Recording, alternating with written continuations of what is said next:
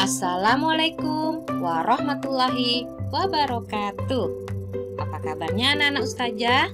Semoga sehat selalu dalam lindungan Allah Subhanahu wa Ta'ala. Amin ya Rabbal Alamin. Berjumpa kembali dengan Ustazah Erni pada pembelajaran matematika semester kedua kelas 5 MI Aryat Hidayatullah Kota Bintang. Sebelum kita memulai pembelajaran, baiklah sama-sama kita membaca basmalah. Bismillahirrahmanirrahim. Pada pertemuan ini kita akan belajar geometri. Ada yang tahu apa itu geometri? Geometri adalah salah satu cabang ilmu tertua pada matematika. Biasanya berhubungan dengan bangun datar dan bangun ruang.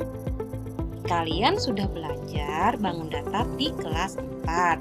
Nah, pasti ada hubungannya dengan bangun ruang di kelas 5. Kita akan belajar bangun ruang kubus, balok, serta tabung. Sifat-sifat dari bangun ruang. Bangun ruang itu apa? Bangun ruang adalah bangun yang bersifat 3 dimensi. 3 dimensi artinya memiliki panjang, lebar, serta tinggi. Selain itu pasti ada namanya volume atau isi. Nah, sifat-sifat dari bangun ruang ini ada unsur-unsur penting yang harus terpenuhi. Biasanya kita kenal dengan nama sisi, rusuk, dan titik sudut. Oke, kita lanjut ya. Bangun ruang yang pertama adalah kubus. Coba kalian perhatikan gambar dari kubus ini. Ya, kubus ini dibatasi oleh 6 bidang sisi yang berbentuk bujur sangkar. Jadi semua sisinya ini berbentuk bujur sangkar atau nama lainnya adalah persegi. Nah, sisi-sisinya ini sama luas. Ada sisi A, B, C, D. Ya, perhatikan sisi A, B, C, D. Kemudian ada sisi B, C, G, F, sisi E, F, G, H, sisi A, D, E, H, sisi A, B, F, E, dan sisi C, D, G, H. Ada 6. Ini yang kita kenal dengan nama sisi. Ya, kemudian sisi-sisinya ini sehadap dan sejajar, di mana sisi A, B, C, D sehadap dan sejajar dengan sisi E, F, G, H. Sisi A, B, F, E sejajar dengan sisi D, C, G, H. Kemudian sisi A, D, H, E sejajar dengan sisi B, C, G, F. Kemudian kubus ini juga memiliki 12 rusuk yang sama panjang. Yang mana sih namanya rusuk? Nah, yang namanya rusuk adalah ini ya, garis-garis ini namanya adalah rusuk.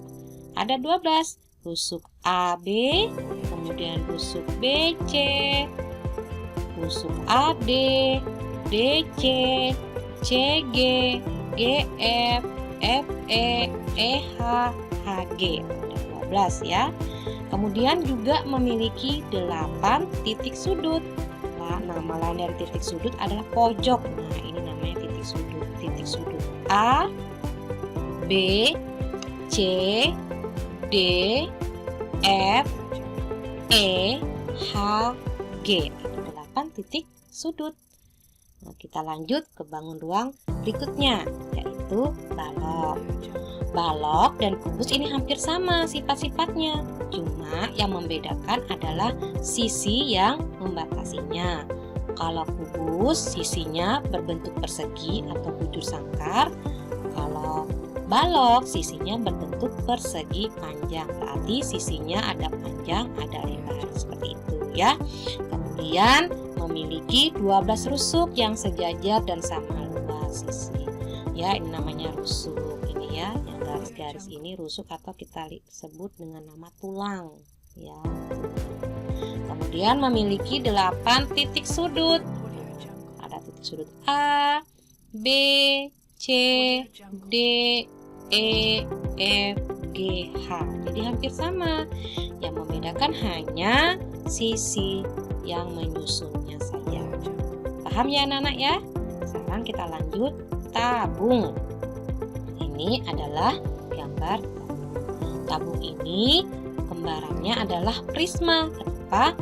Karena alasnya kalau prisma berbentuk segitiga, sedangkan tabung berbentuk lingkaran. Kalian nanti akan belajar prisma di kelas ya. Kemudian dibatasi oleh 2 buah lingkaran. Lingkaran ini ada namanya alas, ada namanya tutup atau atap ya. Kemudian memiliki sisi lengkung. Nah, ini sisi lengkung atau kita sebut selimut pada tabung. Jadi tabung itu memiliki 3 sisi. Sisi lengkung, kemudian sisi atap atau tutup, kemudian sisi alas. Kemudian memiliki rusuk, ini yang garis lurus tegak ini namanya rusuk. Ada berapa rusuknya? Ada 2 ya. Kemudian tidak memiliki titik sudut. Kenapa? Karena berbentuk lingkaran alas dan tutupnya ini, jadi tidak ada namanya titik sudut. Nah, itu yang membedakan ketiga bangun buah ini. Paham ya anak-anak ustazah ya? Oke, nah kalian punya tugas. Kalian perhatikan gambar ini adalah gambar bangun ruang kubus. Sekarang pertanyaannya ada 3. Berapa jumlah rusuknya, jumlah titik sudutnya, kemudian jumlah sisinya.